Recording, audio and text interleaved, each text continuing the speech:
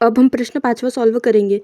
तो √2x धन √3y बराबर 0 को समीकरण 1 मान लेंगे तथा √3x माइनस √8y बराबर 0 को हम समीकरण 2 मानेंगे। अब हम x का मान निकालेंगे तो x बाहर निकल जाएगा बराबर, तो संख्या पक्षांतर होंगी तो 0 ऋण √3y और 2 गुने में है तो √2 भाग में आ जाएगा। तो x बराबर ऋण √3y बटे √2 को हम समीकरण 3 मान लेंगे। अब समीकरण 3 से x का मान समीकरण 2 में रखने पर, अब हम समीकरण 2 में मान रखेंगे तो √3 गुणित ऋण √3y बटे √2 ऋण √8y बराबर 0। अब इसको सॉल्व करेंगे तो √3 और √3 का गुना होगा तो 3y आएगा बटे √2 ऋण √8y बराबर 0।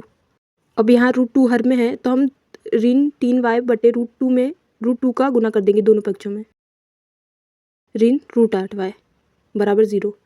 तो √2 से √2 कट जाएगा तो हमारा आंसर आएगा ऋण 3 √2y अपॉन 2 ऋण √8y बराबर 0। तो हम एलसीएम निकालेंगे तो एलसीएम में 2 आएगा। अब 2 से 2 में भाग देंगे तो 1 आएगा और x का गुना करेंगे तो ऋण 3 √2y √8y के बटे में 1 है तो 1 से 2 में भाग देंगे तो 2 आएगा और उस 2 का गुना √8y में करेंगे तो हमारा आएगा ऋण 2 √8y बराबर 0। तो हम √8y को, तो √8 को हम √2 गुणित 2 गुणित 2 लिख सकते हैं तो 2 कॉमन नहीं आ जाएगा तो 2 गुणित 2 होगा तो 4 और रूट में बचेगा 2 बट्टे 2 बराबर 0।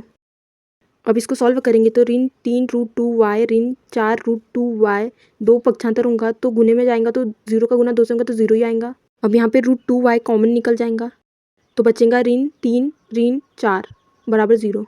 इसको सॉल्व करेंगे तो √2y ऋण ऋण धन होगा और बड़ी संख्या के अगर ऋण का चिन्ह है तो ऋण 7 आएगा बराबर 0। अब इसको सॉल्व करेंगे तो ऋण 7 √2y आएगा बराबर 0। तो y का मान हमें, ये सब पक्षांतर होगा तो 0 ही आएगा तो y का मान हमें 0 प्राप्त हुआ।